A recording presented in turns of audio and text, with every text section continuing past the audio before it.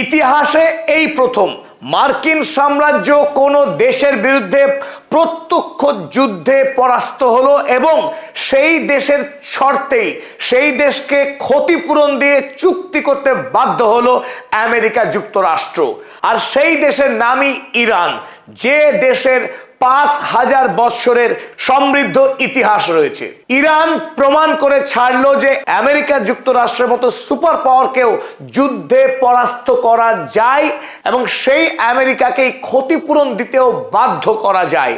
তবে গতকাল 14ই জুলাই শেষ পর্যন্ত ইরান এবং আমেরিকা তারা পরস্পর শান্তি চুক্তিতে আবদ্ধ হলো, যা দ্বিতীয় বিশ্বযুদ্ধের পর ঠিক যেভাবে আমেরিকা এবং ইংল্যান্ডের চাপিয়ে দেওয়া শর্তে জার্মানি শান্তি চুক্তি করতে বাধ্য হয়েছিল বিপুল পরিমাণে টাকার ক্ষতিপূরণ দিয়ে এই বিজয়ী রাষ্ট্রকে, ঠিক একইভাবে গতকাল আমেরিকা যুক্তরাষ্ট্র ইরানের কাছে একটা মোটা অঙ্ক 30,000 কোটি ইউএস ডলারের ক্ষতিপূরণ দিয়ে ইরানের সঙ্গে চুক্তি করতে বাধ্য হলো। পাশাপাশি হরমুজ প্রণালী যে এখন ইরানের জলসীমা, সেটা আনুষ্ঠানিকভাবে স্বীকার করে নিল আমেরিকা যুক্তরাষ্ট্র সহ গোটা বিশ্ব।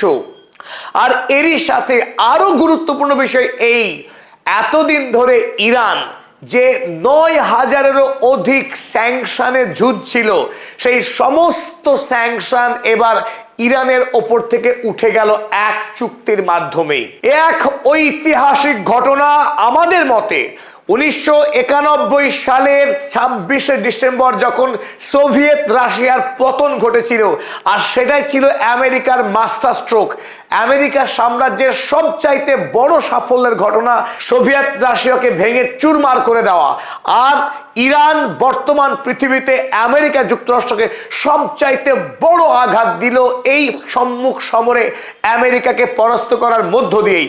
তাই 2026 সালের 14ই জুন আগামী পৃথিবীতে, আগামী অন্তত 100 বৎসর ধরে পৃথিবীর মানুষ এই দিনটাকে স্মরণ করবে আমেরিকা সাম্রাজ্যের পতনের দিন হিসেবে।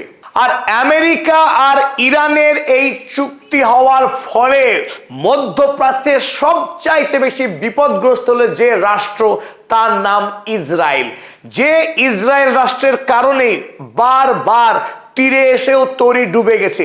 আমেরিকা এবং ইরান পারস্পরিক চুক্তিতে একমত হবার পরেও সেই চুক্তিকে ভেস্তে দিয়েছে গণহত্যাকারী বেঞ্জামিন নেতানিয়াহু তথা ইসরায়েল রাষ্ট্রের সমস্ত রাজনৈতিক নেতা একযোগে আমেরিকার আইপ্যাককে দিয়ে এতদিন ধরে এই চুক্তিকে ভেস্তে দেওয়ার কাজ করে আসছিল। গতকাল এমনকি চুক্তি হবার মুহূর্তেও নতুন করে চেষ্টা করেছিল বেঞ্জামিন নেতানিয়াহু যাতে এই চুক্তি না হয়, কারণ এই চুক্তি হওয়ার অর্থ মধ্যপ্রাচ্যে ইরানকে সুপার পাওয়ার বলে মেনে নেওয়া এবং ইসরায়েল রাষ্ট্রের আনুষ্ঠানিক মৃত্যু হওয়া।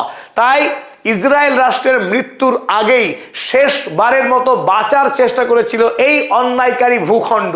আর লেবাননের রাজধানী বেইরুটে কাল রাতেও ভয়ঙ্কর আক্রমণ চালিয়েছিল। তারপরে ইরান বেঁকে বসেছিল আমেরিকার সঙ্গে কোনো অবস্থাতেই চুক্তি করবে না ইরান যদি ইসরায়েলকে না আটকাতে পারে আমেরিকা। শেষ পর্যন্ত ডোনাল্ড ট্রাম্প বাধ্য হয় বেঞ্জামিন নেতানিয়াহুকে থামাতে। শুধু তাই নয়, একথাও সাংবাদিক সম্মেলন করে ডোনাল্ড ট্রাম্প জানান বেঞ্জামিন নেতানিয়াহুর আমেরিকা রাষ্ট্রের প্রতি কৃতজ্ঞ থাকা উচিত, কারণ যদি এই মুহূর্তে ইরানের হাতে পারমাণবিক অস্ত্র আসে তো ইসরায়েল রাষ্ট্র 2 ঘন্টার মধ্যে মধ্যপ্রাচ্য থেকে ফিনিশ হয়ে যাবে। তাই আমেরিকা আছে বলেই ইসরায়েল রাষ্ট্র বেঁচে আছে। যদি বেশি বাড়াবাড়ি করে, অর্থাৎ ইরানকে দিয়েই ইসরায়েলকে ধ্বংস করার ইঙ্গিত দিয়েছিলেন গতকাল ডোনাল্ড ট্রাম্প। মিথ্যাবাদীও কখনো কখনো সত্য কথা বলে। ডোনাল্ড ট্রাম্প শেষ পর্যন্ত স্বীকার করতে বাধ্য হয়েছে যে ইরান চাইলেই ইসরায়েলকে ধ্বংস করে দিতে পারে। আর তারপরে ডোনাল্ড ট্রাম্প আর দেরি করেনি, ইরানের চাপিয়ে দেওয়া নতুন আরো একগুচ্ছ শর্তকে মঞ্জুর করে কাল রাতেই ডোনাল্ড ট্রাম্পের 80তম জন্মবার্ষিকীর রাতেই চুক্তি সম্পাদিত হয় ইরান এবং আমেরিকার মধ্যে। এখন শুধু বাকি রইল আনুষ্ঠানিক ফটো সেশন রেটিফিকেশন এবং স্বাক্ষরকরণ। 19 জুন সুইজারল্যান্ডের জেনেভা শহরে আমেরিকা যুক্তরাষ্ট্রের ভাইস প্রেসিডেন্ট জেডি ভ্যান্স এবং ইরানের পক্ষে ইরানের পার্লামেন্টের স্পিকার মোহাম্মদ বাকের গালিবাফ তারা এই চুক্তিতে স্বাক্ষর করবে না। তার আগে যাবতীয় কাজ সম্পাদিত হবে, অর্থাৎ আমেরিকার দ্বারা ইরানের যে ফ্রোজেন অ্যাসেট 24 বিলিয়ন ইউএসডির অর্ধেক অর্থাৎ 12 বিলিয়ন ইউএসডি ইরানকে জমা দিতে হবে, যার ইতিমধ্যেই 3 বিলিয়ন ইউএসডি টাকা ইরানের হাতে জমা দেওয়া হয়েছে পূর্বেই। চলুন এবার দেখে নেই হরমুজ প্রণালীর একচ্ছত্র আধিপত্য, ইরানের উপর থেকে স্যাংশন উঠে যাওয়া এবং বিশ্ব বাণিজ্যের দরজা খুলে যাওয়ার ফলে ইরানের কিভাবে কতটা পরিমাণ